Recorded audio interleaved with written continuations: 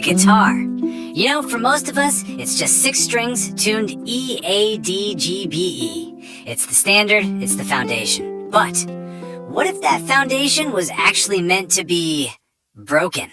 Today we're diving deep into the hidden world of alternate guitar tunings. It's like a secret language that musical icons use to write the soundtrack of our lives. You know that feeling, right? You hear a riff that's just so powerful, so totally unique, or a chord that's so lush and strange that it doesn't even sound like a normal guitar. You start wondering, man, what pedal is that? What kind of crazy technique are they using? It just sounds like it's from another dimension. Well, here's the big reveal. A lot of the time, that otherworldly sound isn't from some expensive piece of gear at all.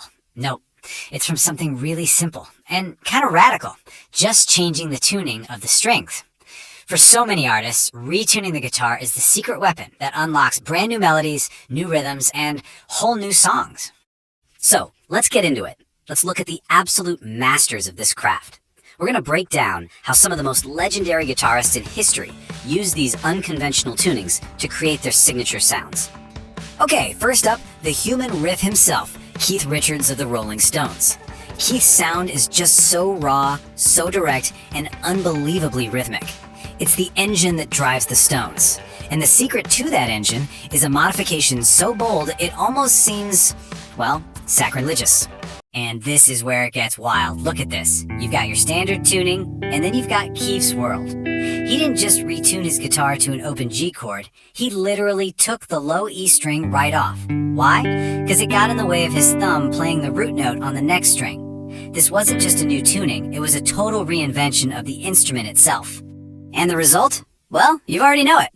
That 5-string open G tuning is literally the DNA of the Rolling Stones. It's that punchy, unforgettable riff from Start Me Up. It's the pure swagger and groove of Brown Sugar. It's a sound so iconic, you can recognize it from a single chord. Alright, let's shift gears to another legend. If Keith Richards used tuning to create this raw, rhythmic engine, Led Zeppelin's Jimmy Page used it to build entire cathedrals of sound. Page was a true architect, using these tunings to create vast, almost orchestral soundscapes. He often turned to a tuning called DADGA. Just look at how the strings are retuned here. It creates this beautiful, kind of ambiguous, resonant drone. It doesn't really sound major or minor, it just sounds massive. It's the key that unlocked that haunting, mystical vibe of one of Zeppelin's greatest masterpieces, Kashmir.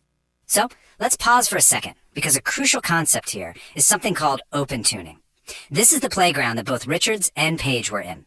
Basically, it's when you tune the open strings to form a complete chord, like a G major or a D major. This makes it super intuitive to play big sounding chords with just one finger, or, and this is super important, a slide. And the list of innovators, I mean, it's just staggering. You've got Joni Mitchell, a true genius who created over 50 custom tunings to write her complex music. Then you have Sonic Youth, who took it to a crazy extreme with bizarre, song-specific tunings that created their signature chaos. Even Jimi Hendrix often tuned everything down a half step for a fatter, heavier tone, and to make string bending easier. And of course, Neil Young. His iconic Cinnamon Girl riff was born from double drop D. That's where you drop both E strings down to a D, creating this incredibly powerful, resonant sound. You know, these individual experiments didn't just happen in a vacuum. Over time, these alternate tunings became so influential that they actually started to define the sound of entire genres of music. You can trace this really fascinating evolution. It all starts with the early Delta blues players using open tunings to make slide guitar easier to play and sing over. Then the folk revivalists in the 60s picked it up to create those droning atmospheric textures, kind of like what we heard with Jimmy Page. And you can draw a direct line from there right up to today, with modern metal bands using 7- and 8-string guitars tuned incredibly low to get those bone-shakingly heavy tones. And this really gets to the heart of it. The technique is the same, right? You're just changing the pitch of the strings. But the intent, the why, is completely different. For the bluesman, it was about utility, about making it easier to sing and play. For the modern metal guitarist, it's this relentless quest for a sound that is deeper, heavier, and more powerful than anything that's come before it. So, what does all this mean for you? Well, this isn't just a history lesson. Think of it as an invitation. It's a key to unlocking your own new world of sound. So here's a quick recap of some of the heavy hitters we've talked about. You've got DAGD, Open G, Open D, Drop D, and Double Drop D. These are basically the gateways, the starting points that have been used to create thousands of incredible songs. And you can start right now. It's actually this simple. First, just pick a song that uses one, like Neil Young's Cinnamon Girl. Second, learn the tuning, in this case, double drop D, where you just lower both E strings to a D. And third, the fun part, just explore. See what new chords and sounds your hands find. You will be amazed at what happens when you decide to break the rules. You know, it reminds me of what the great B.B. King said. The real joy is in the learning, in the discovery. Every time you try a new tuning, you're not just changing your guitar, you're expanding your own musical vocabulary and giving yourself a whole new canvas to create on. So here's the big takeaway. Standard tuning is just a widely agreed upon convention. It's not a rule set in stone.